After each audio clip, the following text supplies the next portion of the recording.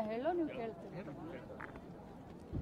ಇವತ್ತು ಈ ಭಾಗದ ರೈತರ ಜೀವನಾಡಿ ಬೆಳಗಾವಿ ಜಿಲ್ಲೆಯ ಹೆಮ್ಮೆಯ ಸಹಕಾರಿ ಸಕ್ಕರೆ ಕಾರ್ಖಾನೆ ಶ್ರೀ ಮಲಪ್ರಭಾ ಸಹಕಾರಿ ಸಕ್ಕರೆ ಕಾರ್ಖಾನೆಗೆ ಇವತ್ತು ಇಲೆಕ್ಷನ್ನು.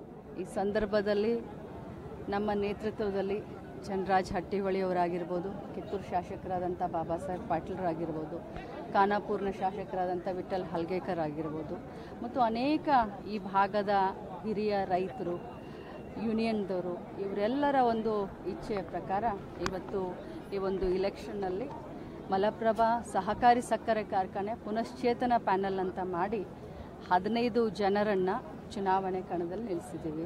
ಬೆಳಗ್ಗೆ 10 ಗಂಟೆಯಿಂದ ಬಹಳಷ್ಟು ನಿರೀಕ್ಷೆಗೂ ಮೀರಿ ರೈತರು ಉತ್ಸಾಹದಿಂದ ಈ ಚುನಾವಣೆಯಲ್ಲಿ ಭಾಗವಹಿಸ್ತಾ ಇದ್ದಾರೆ.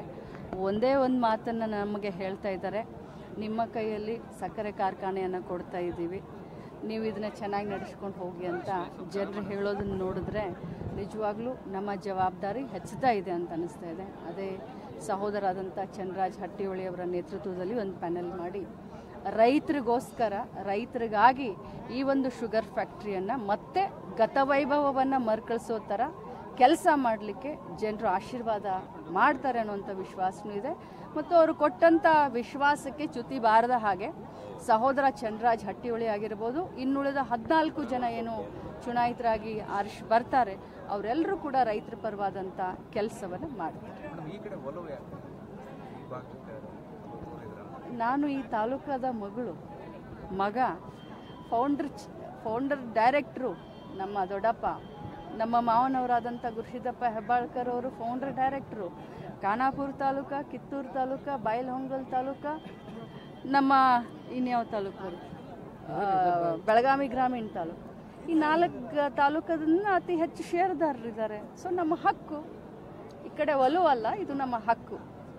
ಮೇಡಮ್, ಇನ್ನೊಂದು ಪ್ರಚಾರ ಆಗ್ತಾ ಇತ್ತು, ಖಾಸಗೀಕರಣ ಮಾಡ್ತಾರೆ, ಈ ಬಗ್ಗೆ ಸ್ಪಷ್ಟೀಕರಣ. ಖಾಸಗೀಕರಣ ದೂರದ ಮಾತು. ನಾವು ಇಲ್ಲಿ ಬಂದಿರೋದು ಮುಳುಗ್ತಾ ಇರುವಂಥ ಈ ಶುಗರ್ ಫ್ಯಾಕ್ಟ್ರಿನ ಪುನಶ್ಚೇತನ ಮಾಡಬೇಕು, ಮರುಕಳಿಸಿ ಆ ಗತವೈಭವವನ್ನು ತೆಗೆದುಕೊಂಡು ಬರಬೇಕು ಅನ್ನೋದು. ನಮಗೆ ಭಗವಂತನ ಆಶೀರ್ವಾದದಿಂದ ಒಂದಲ್ಲ 2 ನಮ್ಮ ಖಾಸಗಿ ಶುಗರ್ ಫ್ಯಾಕ್ಟ್ರಿ ಇದ್ದಾವೆ. ನಾವು ರಾಜಕಾರಣದಲ್ಲಿದ್ದವರು ಉತ್ತಮ ಹೆಸರನ್ನು ಗಳಿಸಬೇಕು, ಜನರಿಂದ ಪ್ರಶಂಸೆಯನ್ನು ಗಳಿಸಬೇಕು, ರೈತರ ಆಶಾಕಿರಣವನ್ನು ಇನ್ನೂ ಉತ್ತುಂಗಕ್ಕೇರಿಸಬೇಕು, ಅದೊಂದೇ ಭಾವನೆಯಿಂದ ಇಲ್ಲಿ ಬಂದಿದ್ದೀವಿ. ಮೇಡಮ್, ಇನ್ನೊಂದು ಸಾಕಷ್ಟು ಸಾಲ ಕೂಡ ಕಾರ್ಖಾನೆ ಅದನ್ನು ಪುನಶ್ಚೇತನಕ್ಕೆ ತರಲಿಕ್ಕೆ ಯಾವ ರೀತಿ ಮುಂದೆ ಅದನ್ನು ಹಂತ ಹಂತವಾಗಿ ಮಾಡ್ತೀವಿ. ಇದು ಭಾಳಷ್ಟು ಪ್ರೀ ಮೆಚ್ಯೂರು, ಈಗಲೇ ಅದನ್ನೆಲ್ಲ ಹೇಳಲಿಕ್ಕೆ ಬರೋದಿಲ್ಲ. ನಮಗೆ ಆಶೀರ್ವಾದ ಮಾಡಲಿ. ನಮ್ಮ ಪ್ಲಾನಿಂಗ್ ಇದೆ, ಒಂದು ವಿಷನ್ ಇಟ್ಕೊಂಡು ಇಲೆಕ್ಷನ್ ನಿಂತ್ಕೊಂಡಿದ್ದೀವಿ. ಸುಮ್ಮನೆ ಇಲೆಕ್ಷನ್ಗೆ ನಿಂತ್ಕೊಂಡಿಲ್ಲ, ಒಂದು ವಿಷನ್ ಇಟ್ಕೊಂಡಿದ್ದೀವಿ, ಒಂದು ಪ್ರಣಾಳಿಕೆಯನ್ನು ಬಿಡುಗಡೆ ಮಾಡಿದ್ದೀವಿ.